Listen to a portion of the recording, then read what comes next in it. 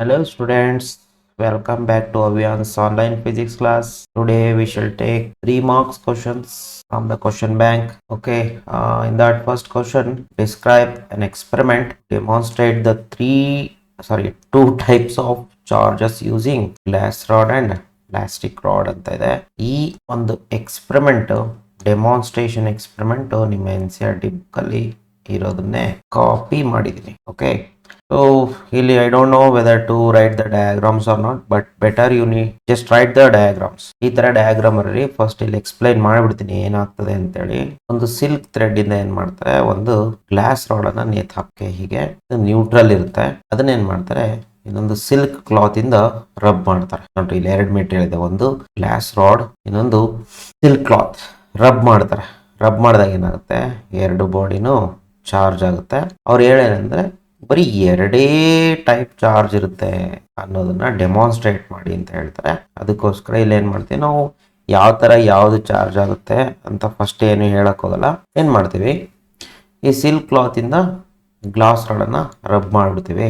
Rub ಮಾಡಿದಾಗ so by friction ಇದೇನಾಗುತ್ತೆ, charge ಆಗುತ್ತೆ. ಯಾವ ಟೈಪ್ ಚಾರ್ಜ್ ಇರುತ್ತೆ ಗೊತ್ತಿಲ್ಲ, ಸುಮ್ಮನೆ ಹಿಂಗ್ ಮಾರ್ಕ್ ಮಾಡ್ತೀನಿ ನೋಡ್ರಿ, ಚಾರ್ಜ್ ಆಗಿದೆ ಅಂತ ಇಟ್ಕೋಣ. ಈಗ ಏನ್ ಮಾಡಿ, ಅದೇ ತರ ಇನ್ನೊಂದು ಸಿಲ್ಕ್ ಕ್ಲಾತ್ ತಗೊಂಡು, ಬೇರೆ ಸಿಲ್ಕ್ ಕ್ಲಾತ್, ಬೇರೆ ಒಂದು ಗ್ಲಾಸ್ ರಾಡ್ ನ ತಗೊಂಡು ಏನ್ ಮಾಡಿ, ಬೇರೆ ಮೆಟೀರಿಯಲ್ ಅದೇ ಬಟ್ ಬೇರೆ, ಮತ್ತೆ ಅದನ್ನ ಏನ್ ಮಾಡಿ ರಬ್ ಮಾಡಿ. ರಬ್ ಮಾಡಿದಾಗ ಏನಾಗುತ್ತೆ, ಅಗೇನ್ ಸೇಮ್ ಇದೇನಾಗುತ್ತೆ, ಚಾರ್ಜ್ ಆಗುತ್ತೆ. ಇದು ಚಾರ್ಜ್ ಆಗಿದೆ, ಇದು ಪ್ಲಸ್ ಮೈನಸ್ ಗೊತ್ತಿಲ್ಲ, ಅದನ್ನೇ ಡೆಮಾನ್ಸ್ಟ್ರೇಟ್ ಮಾಡ್ಬೇಕು ನಾವು. ಈಗ ಈ 2 ಗ್ಲಾಸ್ ರಾಡ್ ಅನ್ನ ಪಕ್ಕ ಪಕ್ಕ ಇಟ್ರೆ ಏನಾಗುತ್ತೆ, ಇದೆರಡು ರಿಪೆಲ್ ಆಗುತ್ತೆ. Repel each other. ಇದರಿಂದ ನನ್ಗೆ ಏನ್ ಗೊತ್ತಾಯ್ತಂದ್ರೆ, ಸೇಮ್ ಟೈಪ್ ಆಫ್ ಚಾರ್ಜ್ ಇದ್ರೆ ಅದೆರಡು ಏನಾಗುತ್ತೆ, ರಿಪೆಲ್ ಆಗುತ್ತೆ ಅಂತ ಗೊತ್ತಾಗುತ್ತೆ. ಯಾಕೆಂದ್ರೆ silk cloth glass rod, silk cloth, ಇಲ್ಲೂ glass rod silk cloth. So ಹಾಗಾಗಿ ಈ ಒಂದು ಕಾಂಬಿನೇಷನ್, ಈ ಕಾಂಬಿನೇಷನ್ ಎರಡು ಸೇಮ್ ಇರೋದ್ರಿಂದ ಸೇಮ್ ಟೈಪ್ ಆಫ್ ಚಾರ್ಜ್ ಆಗಿರ್ಬೇಕು. ಹಾಗಾಗಿ ಇದೆರಡು ಸೇಮ್ ಚಾರ್ಜ್ ಇದ್ರೆ ರಿಪೆಲ್ ಆಗುತ್ತೆ ಅಂತ ಹೇಳ್ತಾರೆ. ಓಕೆ, ಆಮೇಲೆ ಏನ್ ಮಾಡ್ತಾರೆ, ಇನ್ನೊಂದ್ ಕಡೆ ಪ್ಲಾಸ್ಟಿಕ್ ರಾಡ್ ಅನ್ನ ತಗೊಳ್ತಾರೆ. Let us take plastic rod. Is a plastic rod. ಅದನ್ನ ಏನ್ ಮಾಡ್ತಾರೆ, ಸಿಲ್ಕ್ ಕ್ಲಾತ್ ಇಂದ ನೇತ್ ಹಾಕ್ತಾರೆ, ಸಿಲ್ಕ್ ಥ್ರೆಡ್. ಇದನ್ನ ಏನ್ ಮಾಡ್ತಾರೆ, ಫರ್ ಇಂದ ರಬ್ ಮಾಡ್ತಾರೆ. ರಬ್ ಮಾಡಿದಾಗ ಏನಾಗುತ್ತೆ, ಇದ್ರ ಮೇಲೂ ಚಾರ್ಜ್ ಆಗುತ್ತೆ. I don't know which type of charge. ಆಮೇಲೆ ಏನ್ ಮಾಡ್ತಾರೆ, ಸಿಮಿಲರ್ ಕಾಂಬಿನೇಷನ್ ತಗೊಳ್ತಾರೆ. Same glass rod, plastic rod, same fur ಇಂದ ರಬ್ ಮಾಡ್ತಾರೆ. ಸೊ ಇದನ್ನು ಮತ್ತೆ ಏನ್ ಮಾಡ್ತಾರೆ, ಪಕ್ಕ ಪಕ್ಕ ಇಡ್ತಾರೆ. ಪಕ್ಕ ಪಕ್ಕ ಇಟ್ಟಾಗ ಅವು ಕೂಡ ಏನಾಗ್ಲೇಬೇಕು, ರಿಪೆಲ್ ಆಗ್ಲೇಬೇಕು. ರಿಪೆಲ್ ಆಗುತ್ತೆ. ಹಾಗಾದ್ರೆ ಇದರಿಂದ ನಮ್ಗೆ ಒಂದೇನ್ ಗೊತ್ತಾಗುತ್ತೆ ಅಂದ್ರೆ, ಸಿಮಿಲರ್ ಚಾರ್ಜ್ ಇದ್ರೆ ರಿಪೆಲ್ ಆಗುತ್ತೆ ಅಂತ ಗೊತ್ತಾಗುತ್ತೆ. ಒಂದು ಪಾಯಿಂಟ್. ಓಕೆ, ನೆಕ್ಸ್ಟ್ ಪಾಯಿಂಟ್, ಈ ಗ್ಲಾಸ್ ರಾಡ್ ಮತ್ತೆ ಪ್ಲಾಸ್ಟಿಕ್ ರಾಡ್ ರಬ್ ಮಾಡಿರೋ ಅಂತ ಗ್ಲಾಸ್ ರಾಡ್ ಮತ್ತೆ ಪ್ಲಾಸ್ಟಿಕ್ ರಾಡ್ ಅನ್ನ ಹತ್ರ ತಗೊಂಡ್ ಬರ್ತಾರೆ. ಅವಾಗ ಏನಾಗ್ಬೋದು ಅಂತ ಅಬ್ಸರ್ವ್ ಮಾಡ್ತಾರೆ. ಇದು ಗ್ಲಾಸ್ ರಾಡ್ ಚಾರ್ಜ್ ಆಗಿರೋಂಥ ಚಾರ್ಜಸ್ ಇದ್ರ ಮೇಲೆ ಗೊತ್ತಿಲ್ಲ ಏನಿದೆ ಅಂತಾಳೆ. ಇದೆರಡನ್ನು ಪಕ್ಕ ಪಕ್ಕ ಇಟ್ಟಾಗ ಇದೆರಡು ಏನಾಗುತ್ತೆ, ಅಟ್ರಾಕ್ಟ್ ಆಗಕ್ ಸ್ಟಾರ್ಟ್ ಮಾಡುತ್ತೆ. ಇಷ್ಟು ಅಟ್ರಾಕ್ಟ್ ಅಟ್ರಾಕ್ಟ್ ಆಗ್ತಿದೆ ಅಂದ್ರೆ ಅಂಡರ್ಸ್ಟುಡ್ ಇದ್ರ ಮೇಲೆ ಡಿಸಿಮಿಲರ್ ಚಾರ್ಜ್ ಇರಬೇಕು ಅಂತ. ಸೊ ಯಾವ್ದು ಇಲ್ಲಿ ಚಾರ್ಜ್ ಅನ್ನ ಗೇನ್ ಮಾಡ್ಕೊಳುತ್ತೆ, ಯಾವ್ದು ಲಾಸ್ ಮಾಡ್ಕೊಳುತ್ತೆ ರಬ್ ಮಾಡಿದಾಗ. ಅದು ನಮಗೆ ಟ್ರೈಬೋ ಎಲೆಕ್ಟ್ರಿಕ್ ಸೀರೀಸ್ ಅಲ್ಲಿ ಗೊತ್ತಾಗುತ್ತೆ, ಅದು ಆಮೇಲೆ ಬಂದಿದ್ದು. ಸದ್ಯಕ್ಕೆ ನಾವೇನು ಡೆಮಾನ್ಸ್ಟ್ರೇಟ್ ಮಾಡಬೇಕು, only there are 2 types of charges. So ಇಲ್ಲಿ ಗ್ಲಾಸ್ ರಾಡ್ ಮೇಲೆ ಅವ್ರೇನಂತ ಹೇಳ್ತಾರೆ ಅಂದ್ರೆ, glass rod gains positive charge ಅಂತ ಹೇಳ್ತಾರೆ. ಹಾಗಾದ್ರೆ ಇದ್ರ ಮೇಲೆ ಇದಕ್ಕೊಂದು ನೇಮ್ ಮಾಡುವ. This gains positive charge and loses electrons and gets positively charge. So ಇದು ಅಷ್ಟೇ, ಪಾಸಿಟಿವ್ಲಿ ಚಾರ್ಜ್ ಆಗುತ್ತೆ ಸಿಲ್ಕ್ ಇಂದ ರಬ್ ಮಾಡಿದಾಗ. ಅದೇ similarly this one gains electrons from the core and becomes negatively charged. So ಇಲ್ಲಿ ನೆಗೆಟಿವ್ ರಿಪೆಲ್ ಆಗ್ತಿದೆ, ಇಲ್ಲಿ positive similar repel ಆಗ್ತಿದೆ.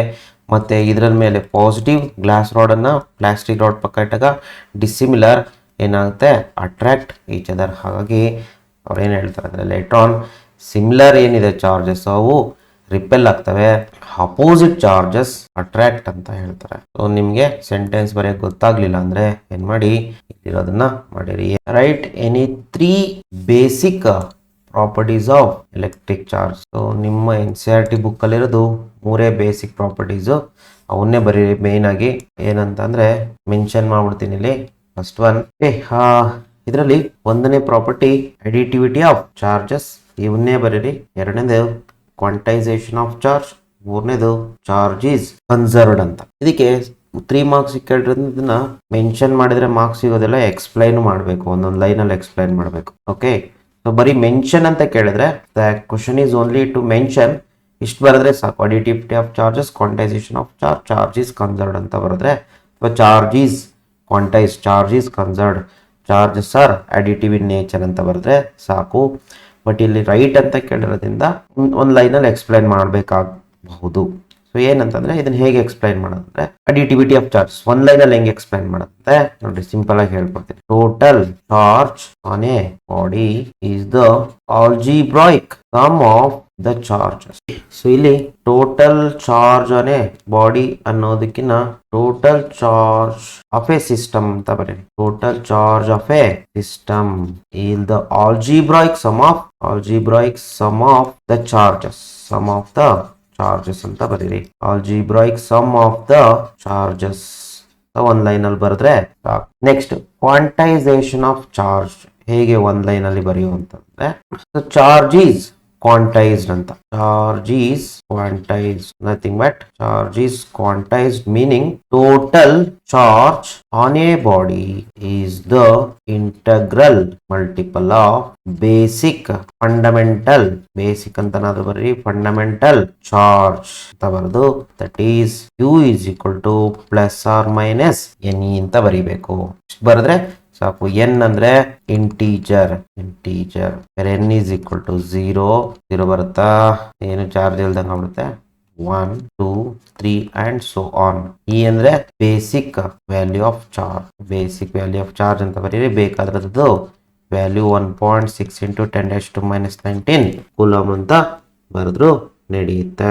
ಇಷ್ಟು ಕ್ವಾಂಟೈಸೇಷನ್ ಆಫ್ ಚಾರ್ಜ್ ಬಗ್ಗೆ ಬರೀಬೇಕು. ನೆಕ್ಸ್ಟ್ ಚಾರ್ಜ್ ಈಸ್ ಕನ್ಸರ್ವ್ಡ್, ಇದನ್ನ ಒಂದು ಲೈನ್ ಅಲ್ಲಿ ಸಿಂಪಲ್ ಆಗಿ ಎಗರಿಸ್ಬಿಟ್ರಿ. ಏನಂತಂದ್ರೆ total charge in an isolated system, total charge in an isolated system always remains constant. ಅಂದ್ರೆ ಐಸೋಲೇಟೆಡ್ ಸಿಸ್ಟಮ್ ಅಲ್ಲಿ ಯಾವಾಗಲೂ ಚಾರ್ಜಸ್ ಕಾನ್ಸ್ಟೆಂಟ್ ಇರುತ್ತೆ, ಟೋಟಲ್ ಚಾರ್ಜ್ ಕಾನ್ಸ್ಟೆಂಟ್ ಇರುತ್ತೆ, ಒಂದ್ ಬಾಡಿಯಿಂದ ಇನ್ನೊಂದು ಬಾಡಿಗೆ ಟ್ರಾನ್ಸ್ಫರ್ ಆಗಿರುತ್ತೆ ಐಸೋಲೇಟೆಡ್ ಸಿಸ್ಟಮ್ ಅಲ್ಲಿ. ಬಟ್ ಟೋಟಲ್ ಚಾರ್ಜ್ ಕೌಂಟ್ ಮಾಡಿದ್ರೆ ಯಾವಾಗಲೂ ಸೇಮೇ ಬರುತ್ತೆ ಅಂತ ಅದರ ಅರ್ಥ. ಇಷ್ಟು ಬರೆದ್ರೆ ಸಾಕು. I think it is more than ಇನ್ನು ಒಂದೊಂದು ಲೈನಲ್ಲಿ ಬರೀತಾ ಹೋದ್ರೆ ಆಯ್ತಷ್ಟೇ. ಓಕೆ, ಸೊ ಇದು question number 2. Next question number 3.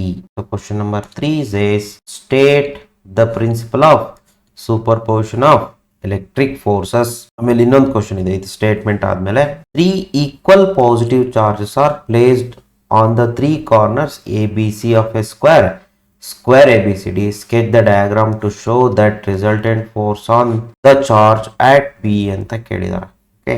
Okay, first let us take the principle of superposition. ಏನು ಹೇಳ್ತದೆ ನೋಡ್ರಿ, ಅದೇ ಸ್ಟೇಟ್ಮೆಂಟ್ ಅನ್ನ ನಾನು ಕ್ಯಾರಿ ಓವರ್ ಮಾಡಿದೀನಿ, ಸೇಮ್ ಕಾಪಿ ಮಾಡಿದೀನಿ, ಕಾಪಿ ಮಾಡಿದೀನಿ, ಅದನ್ನೇ ಬರೀರಿ. ಏನ್ ಹೇಳುತ್ತೆ, force on any charge due to a number of other charges is. Coulomb's ಏನ್ ಹೇಳುತ್ತೆ, ಎರಡು ಚಾರ್ಜಸ್ ಮಧ್ಯೆ ಇರೋ force between any two charges is F is equal to K into product of the charges and square of the distance between them ಅಂತ ಹೇಳುತ್ತೆ. ಆದರೆ more than 2 charges ಇದ್ರೆ ಹೆಂಗ್ ಕಂಡುಹಿಡಿಯೋದು, force on any charge due to number of other charges ಅಂತ.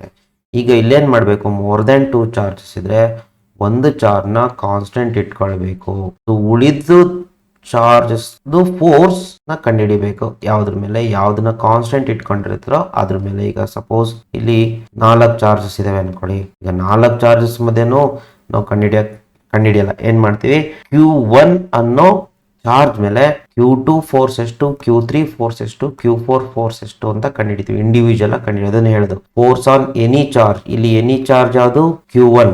Due to other charges ಯಾವುದು, other charges are Q2 Q3 Q4 ನ ತಗೊಂಡ್ರೆ example is the vector sum of all the forces on that charge due to the other charges. ಅಂದ್ರೆ ಇಲ್ಲೇನ್ ಮಾಡಬೇಕು, first Q1 ಮೇಲೆ force ಕಂಡುಹಿಡಿಬೇಕು, due to Q2 Q3 Q4. ಹೀಗೇನ್ ಮಾಡಿ, Q1 ನಮ್ಮ ಮೇಲೆ ಫೋರ್ಸ್ Q2 F1 ಅಂತ ಇಟ್ಕೊಳ್ಳಿ, ಇದು F2 ಅಂತ ಇಟ್ಕೊಳ್ಳಿ, ಇದು F3 ಅಂತ ಇಟ್ಕೊಳ್ಳಿ, ಡ್ಯೂ ಟು Q4.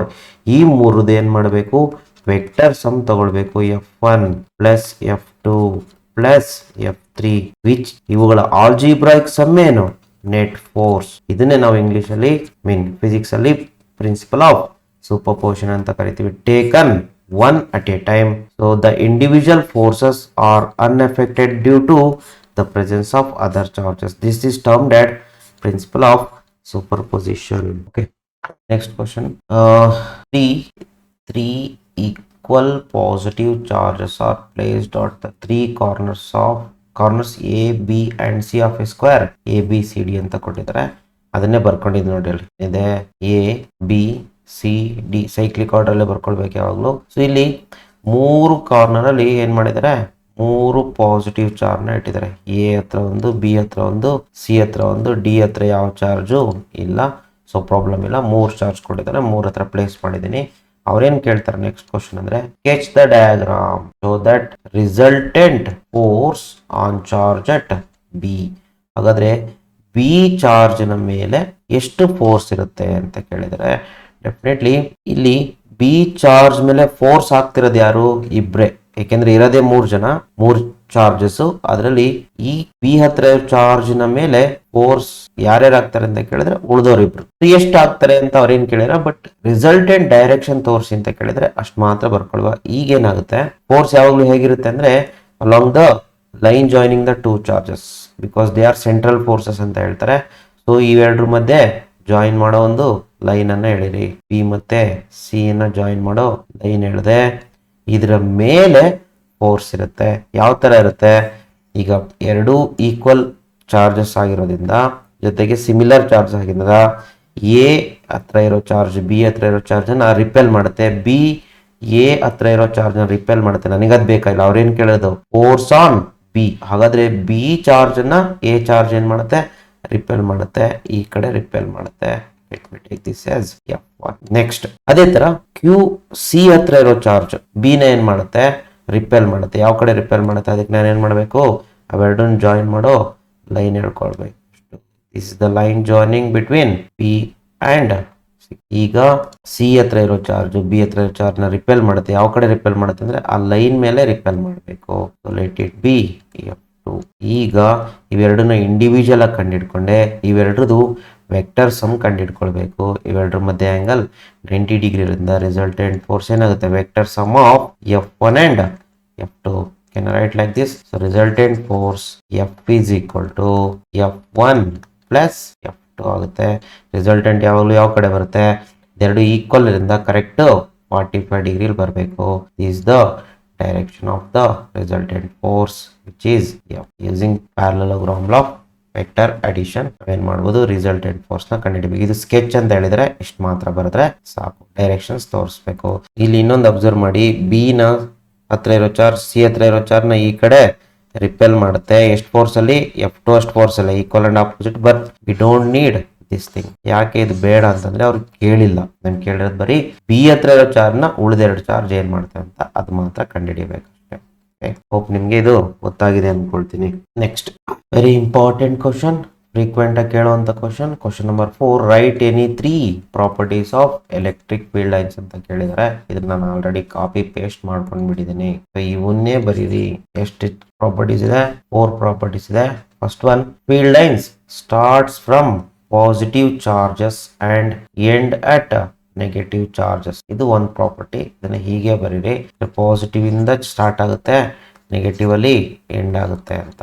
ನೆಗೆಟಿವ್ ಇದ್ರಲ್ಲಿ ಪಾಸಿಟಿವ್ ಅಲ್ಲಿ ಸ್ಟಾರ್ಟ್ ಆಗುತ್ತೆ, ನೆಗೆಟಿವ್ ಅಲ್ಲಿ ಎಂಡ್ ಆಗುತ್ತೆ. ಲೈಕ್ ಡಯಾಗ್ರಾಮ್ ಬರೆಯೋ ಅವಶ್ಯಕತೆ ಇಲ್ಲ, just write the properties. If ಅವ್ರೇನ್ ಹೇಳ್ತಾರೆ ನೆಕ್ಸ್ಟ್ ಸೆಂಟೆನ್ಸ್ ಅಲ್ಲಿ, if there is a single charge they may start at end at infinity ಅಂತ ಹೇಳ್ತಾರೆ. ಸಪೋಸ್ ಬರೀ ಐಸೋಲೇಟೆಡ್ ಚಾರ್ಜ್ ಇತ್ತು ಅನ್ಕೊಳ್ಳಿ, ಸಪೋಸ್ ಒಂದು ಬರೀ ಪಾಸಿಟಿವ್ ಚಾರ್ಜ್ ಇತ್ತು ಅನ್ಕೊಳ್ಳಿ, ಸ್ಟಾರ್ಟ್ ಆಗೋದು ಪಾಸಿಟಿವ್ ಚಾರ್ಜ್ ಅಂದ್ರೆ ಬಟ್ ಎಲ್ಲಿ ಎಂಡ್ ಆಗುತ್ತೆ, ಇನ್ಫಿನಿಟಿಯಲ್ಲಿ ಎಂಡ್ ಆಗುತ್ತೆ. ಸಪೋಸ್ ಬರೀ ಐಸೋಲೇಟೆಡ್ ನೆಗೆಟಿವ್ ಚಾರ್ಜ್ ಇತ್ತು ಅನ್ಕೊಳ್ಳಿ, ಇನ್ಫಿನಿಟಿಯಲ್ಲಿ ಸ್ಟಾರ್ಟ್ ಆಗುತ್ತೆ, ಎಲ್ಲಿ ಎಂಡ್ ಆಗುತ್ತೆ, ನೆಗೆಟಿವ್ ಚಾರ್ಜ್ ಅಲ್ಲಿ ಎಂಡ್ ಆಗುತ್ತೆ. ನಮ್ಮ ಮೀನಿಂಗ್ ಅಲ್ಲಿ ಹೇಳ್ತಾರೆ. ಇದೇ ಸೆಂಟೆನ್ಸ್ ನ ಬರೀರಿ.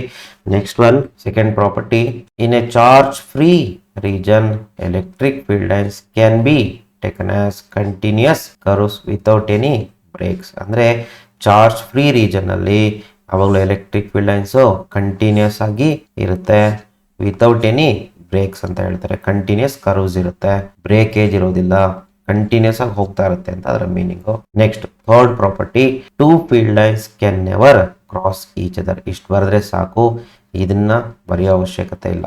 Okay, no need to write this one. Just ಏನಂತ ಬರೆದ್ರೆ ಸಾಕು, ಟೂ ಫೀಲ್ಡ್ ಲೈನ್ಸ್ ಒಂದನ್ನೊಂದು ಕ್ರಾಸ್ ಮಾಡಲ್ಲ, they never cross each other. Reason ಕೇಳಿದ್ರೆ ಬರೀರಿ. ಸೊ ಪ್ರಾಪರ್ಟೀಸ್ ಬರೆಯುವಾಗ just two field lines can never cross each other ಅಂತ ಬರೆದ್ರೆ ಸಾಕು. ಆಲ್ರೆಡಿ ನಾವು ರೀಸನ್ ಅನ್ನ ಡಿಸ್ಕಸ್ ಮಾಡಿದ್ವಿ, ಯಾಕೆ ಅವು ಕ್ರಾಸ್ ಮಾಡಲ್ಲ ಅಂತ. ಓಕೆ, ಇಷ್ಟು ಬರೆದ್ರೆ ಸಾಕು. Next fourth one, electrostatic field lines do not form any close loop ಅಂತ ಬರೆದ್ರೆ ಸಾಕು. ಅದರ ಅರ್ಥ ಹೇಳ್ಬಿಡ್ತೀನಿ ನೋಡ್ರಿ. ಇದು ಪಾಸಿಟಿವ್ ಇಂದ ಸ್ಟಾರ್ಟ್ ಆಗಿ ಮತ್ತೆ ಪಾಸಿಟಿವ್ ಅಲ್ಲೇ ಎಂಡ್ ಆಗಲ್ಲ. ಎಲ್ಲಿ ಎಂಡ್ ಆಗುತ್ತೆ? They end at infinity nothing but they do not come back. ಎಲ್ಲಿ ಸ್ಟಾರ್ಟ್ ಆಗುತ್ತೋ ಅದೇ ಪಾಯಿಂಟ್ಗೆ ವಾಪಸ್ ಬರಲ್ಲ ಅಂತ ಅದರ ಅರ್ಥ. Okay, that's it. ಸೊ ಈ 4 ಪ್ರಾಪರ್ಟಿನ ಮೆನ್ಷನ್ ಮಾಡಿ ಬರೆದ್ರೆ ಸಾಕಾಗುತ್ತೆ. Next fifth question, derive N expression for torque ಅಂತ ಕೇಳ್ತಾರೆ. ಇದು ಕೂಡ important question. Experienced by N electric dipole placed in N electric field ಅಂತ ಕೇಳ್ತಾರೆ. ಈಗ ನಾವೇನ್ ಮಾಡುವ, ಹಿಂದ್ಗಡೆಯಿಂದ ಅಂದ್ರೆ ಸೆಂಟೆನ್ಸ್ ಉಲ್ಟಾ ತಗೊಳ್ತಾ ಬರೋಣ, ಎಕ್ಸ್ಪ್ಲನೇಷನ್ ಬರೀತಾ ಬರೋಣ. ಯೂನಿಫಾರ್ಮ್ ಎಲೆಕ್ಟ್ರಿಕ್ ಫೀಲ್ಡ್ ತಗೊಳ್ಳಿ ಫಸ್ಟ್. ಯೂನಿಫಾರ್ಮ್ ಎಲೆಕ್ಟ್ರಿಕ್ ಫೀಲ್ಡ್ ಒಂದು ಲೈನ್ ತಗೊಂಡ್ರೆ ಸಾಕು. ಹೀಗೆ ಪೂರ್ತಿ ತುಂಬಾ ಬರೆಯೋದು ಬೇಡ. Take the field like this is the field which is uniform. ಈ ತರ ಇದೆ ಅಂತ ಇಟ್ಕೊಳ್ಳೋಣ. Is the direction of uniform electric field. ಎಲ್ಲ ಇರುತ್ತೆ ಯೂನಿಫಾರ್ಮ್. ಜಸ್ಟ್ ಒಂದು ಲೈನ್ ಮಾತ್ರ ತೋರಿಸಿನಿ, ಅಷ್ಟು ಬರೆದ್ರೆ ಸಾಕು. ಈಗ ಇಲ್ಲೇನ್ ಮಾಡೋಣ, ಪ್ಲೇಸ್ ಮಾಡಿ. ಯೂನಿಫಾರ್ಮ್ ಎಲೆಕ್ಟ್ರಿಕ್ ಫೀಲ್ಡ್ ಅಲ್ಲಿ ಪ್ಲೇಸ್ ಮಾಡಿ ಅದನ್ನ ಎಲೆಕ್ಟ್ರಿಕ್ ಡೈಪೋಲ್ ಅನ್ನ ಪ್ಲೇಸ್ ಮಾಡಿ. ಸೊ ಯಾವ ತರ ಪ್ಲೇಸ್ ಮಾಡಬೇಕು? Such a way that it makes some angle theta. ಈ ತರ ಇಟ್ಕೊಳ್ಳೋಣ. This is our dipole. Dipole ಬರ್ಕೊಳ್ಬೇಕು. ಸೊ ಈ ಕಡೆ ಏನಿರುತ್ತೆ? ಮೈನಸ್ ಕ್ಯೂ ಇರುತ್ತೆ, ಈ ಕಡೆ ಪ್ಲಸ್ ಕ್ಯೂ ಇರುತ್ತೆ. And let me take this as centre of the dipole ಅಂತ ಇಟ್ಕೊಳ್ಳೋಣ. So total length of dipole ಇಲ್ಲಿ ಏನ್ ಮಾಡಿ, ಇದನ್ನ ಎ ಅಂತ ಇಟ್ಕೊಳ್ಳೋಣ, ಇದನ್ನ ಬಿ ಅಂತ ಇಟ್ಕೊಳ್ಳೋಣ. ಸೊ ಟೋಟಲ್ ಲೆಂತ್ 2a ತಗೊಳ್ಳಿ according to your NCERT book. ಇಲ್ಲಿ ಇನ್ನೊಂದು ಇಂಪಾರ್ಟೆಂಟ್, ಡೈಪೋಲ್ ತಗೊಂಡ್ರೆ ಯಾವಾಗಲೂ ಡೈಪೋಲ್ ಮೊಮೆಂಟ್ ತಗೊಳ್ಳೇಬೇಕು. ಯಾವಾಗಲೂ ಡೈಪೋಲ್ ಮೊಮೆಂಟ್ ನ ಡೈರೆಕ್ಷನ್ ಯಾವ ಕಡೆ ಇರುತ್ತೆ? ಟುವರ್ಡ್ಸ್ ಪಾಸಿಟಿವ್ ಚಾರ್ಜ್ ಇರುತ್ತೆ. This is our dipole moment ನ direction. It makes some angle theta. ಈಗ ಇದಕ್ಕೆ ಎಕ್ಸ್ಪ್ಲನೇಷನ್ ಬರೆಯೋಣ. ಏನಂತ ಬರೆಯೋಣ? ಕನ್ಸಿಡರ್. ಇಲ್ಲಿ ಏನ್ ತಗೊಂಡ್ವಿ ಅದನ್ನ ಬರೆಯೋಣ. Uniform electric field. Consider the uniform electric field. ಈ ಹಿಂಗ್ ಬರೆಯೋಣ ಸೆಂಟೆನ್ಸ್ ನೋಡ್ರಿ. ಹೇಗೆ ಅಂತಂದ್ರೆ, consider an electric dipole placed in an uniform electric field. ಅಲ್ಲಿ ಏನ್ ಕೊಟ್ಟಿದ್ರೆ ಅದೇ ಸೆಂಟೆನ್ಸ್ ಬರ್ಕೊಂಡಿದೆ, ಸೊ ದಟ್ ನಮ್ಗೆ ಈಸಿ ಆಗ್ಬೇಕದು. ಇದನ್ನೆಲ್ಲ ಬ್ಯಾಟ್ ಮಾಡೋ ಅವಶ್ಯಕತೆ ಇಲ್ಲ. ಈಗ ಇ ಅಂದ್ರೆ ಏನಿಲ್ಲಿ? ಎಲೆಕ್ಟ್ರಿಕ್ ಫೀಲ್ಡ್ ವಿತ್ ಡೈರೆಕ್ಷನ್ ತೋರಿಸಿ ನಾ electric field. So plus Q and minus Q ಏನಿವೆರಡು are the charges placed at A and B respectively. Next ಅದಾದ್ಮೇಲೆ ಪಿ ಡೈಪೋಲ್ ಮೊಮೆಂಟ್. ಈಗ ಏನ್ ಮಾಡೋಣ? A B is equal to 2a ಅಂತ ತಗೊಳ್ಳೋಣ. ಇದನ್ನೇನಂತ ತಗೊಳ್ಳೋಣ? ಡೈಪೋಲ್ ಲೆಂತ್ ಅಂತ ತಗೊಳ್ಳೋಣ. Dipole length. ಆಮೇಲೆ ಪಿ ಡೈಪೋಲ್ ಮೊಮೆಂಟ್ ಕ್ಯಾಲ್ಕುಲೇಟ್ ಮಾಡ್ರಿ, very important. P is equal to direction ಬೇಕಾ? ಬರೀ ಮ್ಯಾಗ್ನಿಟ್ಯೂಡ್ ಬರ್ಕೊಳ್ಳಿ, ಡೈರೆಕ್ಷನ್ ಅಲ್ಲಿ ತೋರಿಸಿದೆ. So P is equal to any one of the charge into 2a. ಇದೇನಿದು? ಡೈಪೋಲಿನ ಮೊಮೆಂಟ್. Dipole moment. ಇದು ಎಕ್ಸ್ಪ್ಲನೇಷನ್ ಪಾರ್ಟ್ ಆಯ್ತು. ಈಗ definitely this will experience force in the direction of electric field. ಎಷ್ಟು ಫೋರ್ಸ್ ಅನ್ನ ಎಕ್ಸ್ಪೀರಿಯನ್ಸ್ ಮಾಡುತ್ತೆ? In this direction. Positive charge will experience force in this direction which is equal to E into Q. Similar opposite force ಅನ್ನ experience ಮಾಡುತ್ತೆ, ಅದು minus Q. F is equal to E into Q. Same force but in the opposite direction. ಅವಾಗ ಏನಾಗುತ್ತೆ? there is a couple and that couple rotates the dipole in this direction and this amount of rotation is given by torque. So torque on a dipole. ಅದನ್ನ explanation ಬರೆಯೋ ಅವಶ್ಯಕತೆ ಇಲ್ಲ, understood ಅದು. Experience torque. So amount of rotation ಬರೆದ್ರೆ torque on a dipole is tau is equal to force into perpendicular distance ಬರ್ಕೊಂಡ್ರೆ ಸಾಕು. ಈಗ ಇರುವಂತದ್ದು ಏನಂದ್ರೆ, ಈ ಫೋರ್ಸ್ ಎಫ್ ಏನೋ ಬರ್ಕೊಳ್ಬಹುದು. ಏನಂತ? F is equal to E into Q. Perpendicular distance ಹೇಗೆ ಬರ್ಕೊಳ್ಳೋದು, ಇವೆರಡು ಚಾರ್ಜಸ್ ಮಧ್ಯೆ ಇರೋ ಪರ್ಪೆಂಡಿಕ್ಯುಲರ್ ಡಿಸ್ಟೆನ್ಸ್ ಬರ್ಕೊಳ್ಬೇಕು. ಅದಕ್ಕೆ ಏನು ಮಾಡಿ, ಇಲ್ಲಿಂದ ಲೈನನ್ನು ಹಾಕಿ ಪರ್ಪೆಂಡಿಕ್ಯುಲರ್ ಲೈನನ್ನು ಡ್ರಾ ಮಾಡಿ. ಇಲ್ಲಿ ಪರ್ಪೆಂಡಿಕ್ಯುಲರ್ ಲೈನೇ, ಲೆಟ್ ಮಿ ಡ್ರಾ ಇಟ್, ಕರೆಕ್ಟಾಗಿ ಬರೀಬೇಕು. This is the perpendicular line. So BC ಕಾಣಿಸ್ತಿದೆಯಾ? BC is the perpendicular distance. So perpendicular distance is BC. Now torque is equal to force ಗೆ E into Q ನಮ್ಗೆ already ಗೊತ್ತಿದೆ. perpendicular distance BC ಕಂಡುಹಿಡಿಯಬೇಕಂದ್ರೆ ಏನು ಮಾಡಿ, ಇನ್ನೊಂದು triangle ಇದೆ ನೋಡಿ. From the triangle ABC sin theta define ಮಾಡ್ಕೊಳ್ಳಿ. sin theta is equal to ಏನು, ಇದು ಥೀಟಾ ಇದ್ರೆ ಇದು ಥೀಟಾ ಆಗುತ್ತಾ? Okay, then BC by AB, opposite by hypotenuse. So BC ಏನಾಗುತ್ತೆ? AB sin theta. So BC can be written as AB sin theta ಅಂತ ಬರ್ಕೊಳ್ಬಹುದು. Side ಅಲ್ಲೆಲ್ಲ ಅಂತ ಬರ್ಕೊಳ್ಳಿ ಅಷ್ಟೇ. ಸೊ ಟಾರ್ಕ್, ಈಗಿಂದ ಟಾರ್ಕ್ ಕಂಟಿನ್ಯೂ ಮಾಡಿ ಅದನ್ನ ಈ Q ಹಾಗೆ ಇರಲಿ. So what is AB there? AB already ಏನಂತ ತಗೊಂಡಿದ್ದೀನಿ? 2A ಅಂತ ತಗೊಂಡಿದ್ದೀನಿ. 2A sin theta. Now what is this quantity? Q into 2A. Q into 2A ಏನಂತ ತಗೊಂಡಿದ್ದೀನಿ? Dipole moment. ಸೊ ಹಾಗಾದ್ರೆ ಈ ಹಾಗೆ ಇರುತ್ತೆ, Q into 2A is P sin theta. That's it. So this is the formula for torque. So ಇಷ್ಟನ್ನ ನೀವು ನೀಟಾಗಿ ಬರೀಬೇಕು. Formula for torque ಬರೆದ್ರೆ ನಿಮಗೆ ಖಂಡಿತ 3 marks ಕೊಡ್ತಾರೆ. Okay, the next question is 2 point charges 20 microcoulomb and 10 microcoulomb are separated by 0.05 meter in free space. ಬರ್ಕೊಳ್ಳುವ ಹೇಗಿರುತ್ತೆ? 20 microcoulomb ಒಂದು 10 microcoulomb. ಎರಡು ಚಾರ್ಜಸ್ ಇದೆ ಫ್ರೀ ಸ್ಪೇಸ್ ಅಲ್ಲಿ. ಎರಡರ ಮಧ್ಯೆ ಡಿಸ್ಟೆನ್ಸ್ ಆರ್ ಎಷ್ಟಿದೆ? 0.05 ಮೀಟರ್ ಇದೆ. ನೆಕ್ಸ್ಟ್ ಏನ್ ಕೇಳ್ತಾರೆ? Find the force between them ಅಂತ ಕೇಳ್ತಾರೆ. ಜಸ್ಟ್ ಫೋರ್ಸ್ ಅನ್ನ ಕಂಡುಹಿಡಿಯುವ. ಆಮೇಲೆ ಇನ್ನೊಂದು ಕ್ವಶನ್ ಇದೆ, ಅದನ್ನ ನೋಡುವ. ಫಸ್ಟ್ ಫೋರ್ಸ್ ಬಿಟ್ವೀನ್ ದೆಮ್ ಕಂಡುಹಿಡಿಯುವ. ಸೊ ಎರಡು ಚಾರ್ಜಸ್ ಮಧ್ಯೆ ಇರೋ ಫೋರ್ಸ್ ಕಂಡುಹಿಡಿಯಕ್ಕೆ ನಮ್ಮ ಹತ್ರ ಇರೋದು ಒಂದೇ formula, that is coulombs law. So F is equal to 1/4πε0 Q1 Q2 by R square. So substitute ಮಾಡಿ. So 9 into 10⁻⁹ 1/4πε0 Q1 20 ಮೈಕ್ರೋ ಇದೆ -6 ಇಂಟು Q2 10 ಮೈಕ್ರೋ ಇದೆ ಡಿವೈಡೆಡ್ ಬೈ ಎರಡರ ಮಧ್ಯೆ ಡಿಸ್ಟೆನ್ಸ್ 0.05 ಸ್ಕ್ವೇರ್ ಇದೆ. ಸ್ಕ್ವೇರ್ ಹಾಕಿ ಸೊ ಜಸ್ಟ್ ನ್ಯೂಮರೇಟರ್ನ ಕ್ಯಾಲ್ಕುಲೇಟ್ ಮಾಡ್ಕೊಳ್ಳಿ ಇವಾಗ. So power ಏನಾಗುತ್ತೆ? -12 + 9 into 10 to the power of, so this will become 10⁻⁻3. ಇನ್ನು ಉಳಿದಿದ್ದೇನು? 9 into 20 into 10, ಅಲ್ಲಿಗೆ ಇದು 200 ಆಗುತ್ತೆ.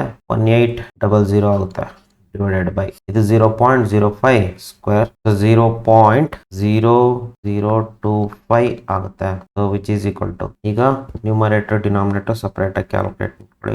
1800 divided by 0.005, so 72,000 into 10 to the power of -3. ಈ ಮೂರು zeros ಕ್ಯಾನ್ಸಲ್ ಆದ್ರೆ ನಮ್ಗೆ ಉಳಿಯೋದು 720 ನ್ಯೂಟನ್ ಬರುತ್ತೆ. ನೆಕ್ಸ್ಟ್ ಏನ್ ಕ್ವಶನ್ ಕೇಳ್ತಾರೆ ಅಂದ್ರೆ, ಅದರಲ್ಲೇ ಸಬ್ ಕ್ವಶನ್ ಇನ್ನೊಂದೆ, also calculate the force when the dielectric medium of constant 3 is introduced between them. ಈ ಚಾರ್ಜಸ್ ಮಧ್ಯ ಏನ್ ಮಾಡ್ಬಿಡ್ತೀನಿ? ಡೈಎಲೆಕ್ಟ್ರಿಕ್ ಮೀಡಿಯಂ ಪ್ಲೇಸ್ ಮಾಡ್ತೀನಿ. ಡೈಎಲೆಕ್ಟ್ರಿಕ್ ಮೀಡಿಯಂ ಕಾನ್ಸ್ಟೆಂಟ್ ಎಷ್ಟು? ಕೆ ಅಂತ ಇಟ್ಕೊಳ್ಳೋಣ. ಕೆ ಈಸ್ ಈಕ್ವಲ್ ಟು 3 ಇದೆ. ಅವಾಗ ಫೋರ್ಸ್ ಏನಾಗುತ್ತೆ? ಡೆಫಿನೆಟ್ಲಿ ಚೇಂಜ್ ಆಗುತ್ತೆ. ಅದಕ್ಕೋಸ್ಕರ ಏನ್ ಮಾಡೋದನ್ನ ಎಫ್ ಏರ್ ಅಂತ ಇಟ್ಕೊಳ್ಳೋಣ. F air. ಈಗ ನಾವು ಕಂಡುಹಿಡಿಬೇಕಾರದು F medium. So F medium ಹೆಂಗ್ ಕಂಡುಹಿಡಿಯೋದು ಅಂತಂದ್ರೆ ಡೈರೆಕ್ಟ್ ಆಗಿ ಕಂಡುಹಿಡಿಬಹುದು. ಹೇಗೆ ಅಂತಂದ್ರೆ ನಮ್ಮ ಹತ್ರ ಒಂದು ಫಾರ್ಮುಲಾ ಇದೆ. ಏನು? Dielectric constant is equal to F air by F medium ಅಂತ. F medium is equal to F air by K ಮಾಡಿದ್ರೆ ಸಾಕು, which is equal to F air ಎಷ್ಟು? 720 newton divided by dielectric constant 3. So F medium comes out to be 240 newton. So this is the answer set. So ಈ ರೀತಿ calculate ಮಾಡಿ. 3 marks question ಇಷ್ಟು calculate ಮಾಡಿದ್ರೆ ಸಾಕು. Don't forget to write the unit. Next question, question number 7. There are 2 point charges QA plus 3 microcoulomb, QB minus 3 microcoulomb are located at 20 centimeter apart in vacuum ಅಂತ ಕೇಳಿದ್ರೆ, ಇದು ನೋಡಿದ ತಕ್ಷಣ ಗೊತ್ತಾಗುತ್ತೆ ನಮಗೆ ಏನಂತಂದ್ರೆ ಒಂದು +3 ಇದೆ, ಇನ್ನೊಂದು -3 ಇದೆ. ಸೊ ಒಂದು +3 ಇನ್ನೊಂದು -3 ಇಂಡಿಕೇಟ್ಸ್ ಡೈಪೋಲ್. ಎರಡು ರೀತಿ ಕ್ಯಾಲ್ಕುಲೇಟ್ ಮಾಡ್ಬೋದು. ಇದನ್ನ ಡೈಪೋಲ್ ಅಂತಾನೆ ತಗೊಳ್ಳಿ. It's a problem on dipole. ಅದನ್ನ ಬರ್ಕೊಳ್ಳುವ. ಒಂದ್ ಕಡೆ 3 ಮೈಕ್ರೋಕೂಲಂಬ್ ಇನ್ನೊಂದು -3 micro coulomb. Let me take this as QA and this as QB. Next ಏನ್ ಕ್ವಶನ್ ಕೇಳ್ತಾರೆ, what is the electric field at the mid point of the line joining AB of the two charges. ಈಗ A ಎಲ್ಲಿದೆ, B ಎಲ್ಲಿದೆ, ಇದು A ತಗೊಳ್ಳಿ, ಇದನ್ನ B ತಗೊಳ್ಳಿ. ಇವೆರಡು ಮಿಡ್ ಪಾಯಿಂಟ್ ಅಲ್ಲಿ ನಾವು ಎಲೆಕ್ಟ್ರಿಕ್ ಫೀಲ್ಡ್ ಅನ್ನ ಕಂಡುಹಿಡಿಬೇಕು. Let the mid point be O. Total distance ಎಷ್ಟಿದೆ, 20 ಸೆಂಟಿಮೀಟರ್. ಸೊ ಇವೆರಡರ ಮಧ್ಯೆ total distance 20 centimetre. Mid point ಅಲ್ಲಿ ಕಂಡುಹಿಡಿಬೇಕು. ಈಗ ಡೈಪೋಲ್ ಫಾರ್ಮುಲಾ ಬೇಡ, ಇಲ್ಲಿ ಡೈರೆಕ್ಟ್ ಆಗಿ individual applying the principle of superposition. So let us find out the net electric field. ಇಲ್ಲಿ ಎರಡು ಚಾರ್ಜ್ ಇದೆ, ಹಾಗಾದ್ರೆ ಎರಡು ಇಂಡಿವಿಜುವಲ್ ಎಲೆಕ್ಟ್ರಿಕ್ ಫೀಲ್ಡ್ ಕಂಡುಹಿಡ್ಕೊಳ್ಳಿ. ಸೊ ಒಂದ್ರದ್ದು ಎಲೆಕ್ಟ್ರಿಕ್ ಫೀಲ್ಡ್ ಕಂಡುಹಿಡ್ಕೊಳ್ಳಿ. ಫಸ್ಟ್ ಇಲ್ಲಿ ಎಲೆಕ್ಟ್ರಿಕ್ ಫೀಲ್ಡ್ ಎಷ್ಟಿದೆ ಅಂತ ಕಂಡುಹಿಡಿತಾ ಇದೀವಿ. ಸೊ ಫಸ್ಟ್ ಏನ್ ಮಾಡಿ, ಇದ್ರದ್ದು ಕಂಡುಹಿಡ್ಕೊಳ್ಳಿ. So electric field at O, ನೀವು ಡಯಾಗ್ರಾಮ್ ಬರ್ತಿದ್ರೆ O, ಇಲ್ಲ ಅವರೇ ಕೊಟ್ಟಿದ್ದಾರೆ O ಅಂತ. ಸೊ O ಅಂತಾನೆ ಬರೀ, due to +3 micro coulomb. So electric field E1 ಅಂತ ಇಟ್ಕೊಳ್ಳೋಣ ಇದನ್ನ. ಫಾರ್ಮುಲಾ ಏನು, due to single point charge 1/4πε0 Q1/r1² ಅಂತಾನೆ ಬರೀರಿ, ಪ್ರಾಬ್ಲಮ್ ಇಲ್ಲ. ಅಥವಾ ಈ r1² ಏನಂತ ಬರೀಬಹುದು, let me take distance square AO² ಅಂತ ಬರೀರಿ. ಸಬ್ಸ್ಟಿಟ್ಯೂಟ್ ಮಾಡಿ. 1/4πε0 ವ್ಯಾಲ್ಯೂ 9 × 10⁻⁹ ಇಂಟು Q1 ಎಷ್ಟು 3 ಮೈಕ್ರೋ, 3 × 10⁻⁻⁶ ಡಿವೈಡೆಡ್ ಬೈ. ಸೊ ಈ ಚಾರ್ಜ್ ಇಂದ ಇಲ್ಲಿಗಿರೋ ಡಿಸ್ಟೆನ್ಸ್ ಎಷ್ಟು, ಟೋಟಲ್ 20 ಆಯ್ತಂದ್ರೆ ಇಲ್ಲಿಂದ ಇಲ್ಲಿಗೆ ಎಕ್ಸಾಕ್ಟ್ಲಿ 10 ಸೆಂಟಿಮೀಟರ್ ಇರುತ್ತೆ ಮಿಡ್ ಪಾಯಿಂಟ್ಗೆ. ಅಲ್ಲಿಗೆ 10 × 10⁻²² ಯಾಕೆ ಅಂತಂದ್ರೆ ಅಲ್ಲಿ ನಮ್ಗೆ ಸೆಂಟಿಮೀಟರ್ ಇದೆ, ಮೀಟ್ರಿಗಲ್ಲೇ ಹಾಕೊಳ್ಬೇಕು. ಸೊ ಅಲ್ಲಿಗೆ E1 ಎಷ್ಟು ಬರುತ್ತೆ ಅಂತಂದ್ರೆ E1 ನ್ಯೂಮರೇಟರ್ ಕ್ಯಾಲ್ಕುಲೇಟ್ ಮಾಡ್ಕೊಳ್ಳಿ first. 9 3s are 27 into 10 to the power of 9 - 6 is 3 divided by ಇದೆಷ್ಟಾಗುತ್ತೆ 100. 10 square is 100 into 10 to the power of -4 ಆಗುತ್ತೆ. ಇದಕ್ಕೂ ಸ್ಕ್ವೇರ್ ಹಾಕ್ಬೇಕು. ಅಲ್ಲಿಗೆ E1 is equal to 27/100 which comes out to be 0.27 into 10 to the power of ಇದೇನಾಗುತ್ತೆ ಮೇಲೆ ಹೋದ್ರೆ +4, ಅಲ್ಲಿಗೆ +7 ಆಗುತ್ತೆ Newton per coulomb. ಇದನ್ನ ಹಾಗೆ ಇಟ್ಕೊಳ್ಳಿ. ನೆಕ್ಸ್ಟ್ ಏನ್ ಮಾಡಿ, ಇದ್ರದ್ದು ಡೈರೆಕ್ಷನ್ ಕಂಡುಹಿಡಬೇಕು ಇಮಿಡಿಯೇಟ್ ಆಗಿ. ಅದ್ರದ್ದು E1 ಡೈರೆಕ್ಷನ್ ನೋಡ್ರಿ, ಇದು ಪಾಸಿಟಿವ್ ಚಾರ್ಜ್ ಆಗಿಂದ ಈ ಪಾಯಿಂಟ್ ಇಂದ ದೂರಕ್ಕಿರುತ್ತೆ because of positive charge, and this is the direction of electric field due to this charge. E1 right side ಇದೆ. ನೆಕ್ಸ್ಟ್ ಏನ್ ಮಾಡೋಣ, ಇದ್ರದ್ದು ಫೀಲ್ಡ್ ಕಂಡುಹಿಡಿಯೋಣ. ಯಾವ್ದ್ರದ್ದು -3 ಎಲೆಕ್ಟ್ರಿಕ್ ಫೀಲ್ಡ್ ಎಲ್ಲಿ ಅಟ್ O ಹತ್ರ ಮಿಡ್ ಪಾಯಿಂಟ್ ಅಲ್ಲಿ ಡ್ಯೂ ಟು -3 ಮೈಕ್ರೋ ಕೂಲಂಬ್ ಎಷ್ಟಿರುತ್ತೆ E2 ಅಂತ ಕರೆಯೋಣ ಇದನ್ನ. ಇದಕ್ಕೆ ಫಾರ್ಮುಲಾ 1/4πε0 Q2 ಅಂತ ಇಟ್ಕೊಳ್ಳೋಣ ಡಿವೈಡೆಡ್ ಬೈ ಅಲ್ಲಿಂದ ಅಲ್ಲಿಗೆ ಎಷ್ಟು ದೂರ ಇದೆ BO² which is equal to 9 × 10⁻⁹ into Q2 ಎಷ್ಟು 3 ಮ್ಯಾಗ್ನಿಟ್ಯೂಡ್ ಹಾಕೊಳ್ಬೇಕು, ಮೈನಸ್ ಹಾಕೊಳ್ಬಾರ್ದು, ಇಂಟು 10⁻⁻⁶ ಡಿವೈಡೆಡ್ ಬೈ ಅಲ್ಲಿಂದ ಅಲ್ಲಿಗೆ ಎಷ್ಟು ದೂರ ಇದೆ, ಇಲ್ಲಿಂದ ಅಲ್ಲಿಗೂ 10 ಸೆಂಟಿಮೀಟರ್ ಇದೆ. 10 × 10⁻²². ಸೊ ನಮಗೆ charge same, distance same, magnitude same ಒಂದೇ ಬರುತ್ತೆ which is 0.27 × 10⁻⁷ Newton per coulomb ಬರುತ್ತೆ. ಇದ್ರದ್ದು ಇಮಿಡಿಯೇಟ್ ಡೈರೆಕ್ಷನ್ ಕಂಡುಹಿಡ್ಕೊಳ್ಳಿ. ಈ ಚಾರ್ಜ್ನ ಫೀಲ್ಡ್ ಟುವರ್ಡ್ಸ್ ಇರುತ್ತೆ, ಟುವರ್ಡ್ಸ್ ನೆಗೆಟಿವ್ ಚಾರ್ಜ್. ಅದನ್ನೇನಂತ ತಗೊಂಡಿದೀವಿ E2 ಅಂತ ತಗೊಂಡಿದ್ವಿ. ಇಲ್ಲಿ ಅಬ್ಸರ್ವ್ ಮಾಡಿ, E1 ಮತ್ತು E2 ಎರಡು ಒಂದೇ ಕಡೆ ಇರೋದ್ರಿಂದ ನೆಟ್ ಫೀಲ್ಡ್ ಕೂಡ ಏನಾಗುತ್ತೆ, ವೆಕ್ಟರ್ ಸಮ್ ತಗೊಂಡ್ರೆ ನೆಟ್ ಫೀಲ್ಡ್ ಅದೇ ಕಡೆ ಬರುತ್ತೆ. So net field at O is E. ಇದೇನಾಗುತ್ತೆ E1 + E2. ಹೀಗೆ E1 ಎಷ್ಟು E2 ಎಷ್ಟು 0.27 + 0.27 10⁻⁷ common factor is equal to ಬರುತ್ತೆ 0.54 ಇಂಟು 10⁻⁷ ನ್ಯೂಟನ್ ಪರ್ ಕೂಲಂಬ್ ಬರುತ್ತೆ. ಇದನ್ನ ಬರೀಬೇಕು. ಡೈರೆಕ್ಷನ್ ನಾನಲ್ಲಿ ಡಯಾಗ್ರಾಮ್ ಅಲ್ಲಿ ತೋರಿಸಿನಿ, no need to explain here. So this is the direction of resultant. E1 ಮತ್ತು E2 ಯಾವ ಕಡೆ ಇರುತ್ತೋ ರಿಸಲ್ಟೆಂಟ್ ಫೀಲ್ಡ್ ಆ ಕಡೆನೆ ಇರುತ್ತೆ. So this is the answer. Copy ಮಾಡ್ಕೊಳ್ಳಿ, ಇಲ್ಲ ಸ್ಕ್ರೀನ್ ಶಾಟ್ ತಗೊಳ್ಳಿ. ಇಲ್ಲಿ ಕೊಟ್ಟಿದ್ದಾರೆ ನೋಡಿ, ಅಲಾಂಗ್ OB ಅಂತ ಕೊಟ್ಟಿದ್ದಾರೆ. ನೀವು ಆ ಥರ ಬೇಕಾದರೂ ಬರೀರಿ. ಅಲಾಂಗ್ OB ಅಂದರೆ OB ಕಡೆ O to B ಅಂತ ಅದರ ಅರ್ಥ. This is the direction of net field along OB. This is E. ಅದನ್ನೇ ನಾನು ಇಲ್ಲಿ ತೋರಿಸಿರೋದು. Okay, that's it. Okay, next question ನೋಡೋಣ. ಹಾಗಾದ್ರೆ next question number 8. A point charge 5 micro coulomb is placed at the centre of cube of side 4 centimetre. ಒಂದು cube ಅನ್ನು ತಗೊಳ್ಳಿ, ಅದರ ಸೆಂಟ್ರಲ್ಲಿ ಇಟ್ಟಿದ್ದೀನಿ. ನಾವೇನು ಕಂಡುಹಿಡಬೇಕು, the electric flux through each square surface of the cube ಅಂತ ಕೇಳಿದ್ರೆ ಫಸ್ಟ್ ಕ್ಯೂಬ್ ಬರ್ಕೊಡುವ. ಈ ರೀತಿ ಬರ್ಕೊಳ್ಳೋಣ. 3 ಡೈಮೆನ್ಷನಲ್. ಆ ಸೈಡ್ ಸೇಮ್ ಇರುತ್ತೆ. ಕ್ಯೂಬ್ ತರ ಕಾಣಿಸ್ತಿದೆ. ಇದರ ಮಿಡ್ ಪಾಯಿಂಟ್ ಅಲ್ಲಿ ಇಡ್ತಾರೆ ಏನನ್ನ, ಕ್ಯೂ ಅನ್ನೋ ಚಾರ್ಜ್ ಅನ್ನು. ಕ್ಯೂ ಎಷ್ಟಿದೆ, 5 micro plus 5 microcoulomb plus 5 microcoulomb is placed at the centre of this cube. ಈಗ ಪ್ಲಸ್ 5 ಮೈಕ್ರೋಕೂಲಮ್ ಇಂದ ನಮಗೆ ಎಂತ ಫ್ಲಕ್ಸ್ ಬರುತ್ತೆ, ಔಟ್ವರ್ಡ್ ಫ್ಲಕ್ಸ್ ಬರುತ್ತೆ. ಈ ಕಡೆನೂ ಇರುತ್ತೆ ಫ್ಲಕ್ಸ್, ಈ ಕಡೆನೂ ಇರುತ್ತೆ, ಈ ಸರ್ಫೇಸ್ ಅಲ್ಲಿ ಇರುತ್ತೆ, ಈ ಸರ್ಫೇಸ್ ಅಲ್ಲಿ ಇರುತ್ತೆ, ಈ ಸರ್ಫೇಸ್ ಇರುತ್ತೆ, ಬ್ಯಾಕ್ ಸೈಡ್ ಇರುತ್ತೆ, 6 ಸೈಡು ಇರುತ್ತೆ ಟೋಟಲ್ ಫ್ಲಕ್ಸು. ಸೊ ಹಾಗಾದ್ರೆ how to find the total flux? ಅದರ ಲೆಂತ್ ಎಷ್ಟಿದೆ, 4 ಸೆಂಟಿಮೀಟರ್ ಇದೆ ಅಂತೆ. ಅದೇ ನಮಗೆ ಅವಶ್ಯಕತೆ ಇಲ್ಲ ಇಲ್ಲಿ. ಯಾಕೆಂದ್ರೆ according to Gauss theorem total flux through any close surface, ಇಲ್ಲಿ ಕ್ಲೋಸ್ ಸರ್ಫೇಸ್ ಕ್ಯೂಬು ಎಷ್ಟಿರುತ್ತೆ, flux total is equal to 1/ε0 times the net charge enclosed by that surface. So Gauss theorem ನ ಯೂಸ್ ಮಾಡಿ ಕಂಡುಹಿಡಿಯುವಂಥದ್ದು ಇದು. 1/ε0 ಎಷ್ಟಿರುತ್ತೆ, ಕ್ಯೂ ಎಷ್ಟು, first Q subscript 5 into 10⁻⁻6 divided by ε0 value 8.854 into 10⁻⁻12. So flux total is equal to, it comes out to be 0.5647 into 10 to the power of, ಮೇಲೆ ಹೋದ್ರೆ -12 plus 12 ಆಗುತ್ತೆ, plus 12 unit newton metre square per coulomb. ಇದು total flux ಎಲ್ಲಾ ಕಡೆ. ಅವ್ರು ಕೇಳಿರೋದೇನು, observe ಮಾಡಿ, flux through each ಅಂತ ಕೇಳಿದ.